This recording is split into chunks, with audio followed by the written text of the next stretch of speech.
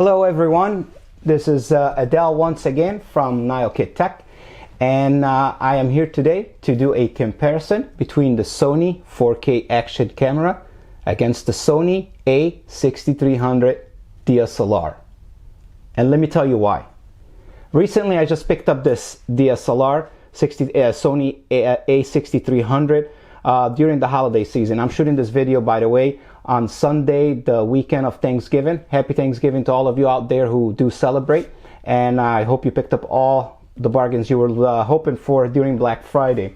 With that said, the reason why, well, actually let me tell you about the projects I'm working on. So I was hoping to take this Sony camera and just do a series of videos where I break everything down for beginners. Every button, every option, every menu option, everything about this camera. But if you watch videos on my channel, you know that I own a Sony 4K action camera, which I love. And I know that a lot of people out there use it in their video shoots. A lot of YouTubers use it as a second camera. Some of them even use it as their primary vlogging camera. So the camera, even though it's an action camera, it does have a lot of features that made people use it in different for different uses and for different needs. So I think it is a fair comparison, and don't get me wrong, I do know that these two cameras are in two different categories and it's not apples to apples. However, I did pick three options which I think any camera should have. Audio, comparing the image quality, and the image stabilization. Now, about the image stabilization, Sony is not only a manufacturer of cameras. Sony also develops optical technology and camera technology, and they develop their own in-house lens-based image stabilization. And while some of their advanced DSLRs do have body image stabilization, the technology is developed inside of Sony. So I felt that comparing the two products would be fair. So with that being said, instead of me just blobbing away, let's go ahead and see what I prepared here for you today. Let's go. I wanted to start off comparing the audio, so let's see.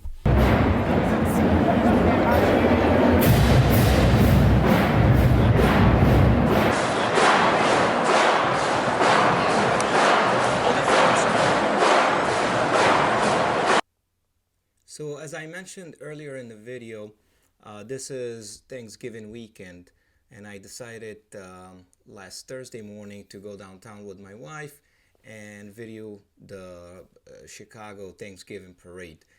And this part of here is one of my favorites, so I wanted to share that one with you just because it's very colorful. It was some kind of traditional Mexican folklore, wearing traditional Mexican clothing and things like that. So the images that you see on the left are produced by the Sony a6300. The images produced on the right are produced by the Sony FDRx3000 action cam. Both shot in the 4K setting, by the way. If you take a quick look at it, you see the colors are very vivid, both doing good, but you can't help but to notice that the DSLR on the left has more vivid colors and better resolution. So this is here the Sony a6300 image, zooming in at 200. Same exact image, however, from the Sony FDRx3000, also zooming in at 200%. As you could see, the colors fade a bit with the Sony FDRx3000. Zooming in at 400 is when we start seeing the real difference. As you could see, the Sony a6300 still retains its color, vividness. However, with the Sony FDRx, the color starts to fade away.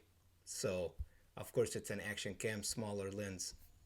No surprises there.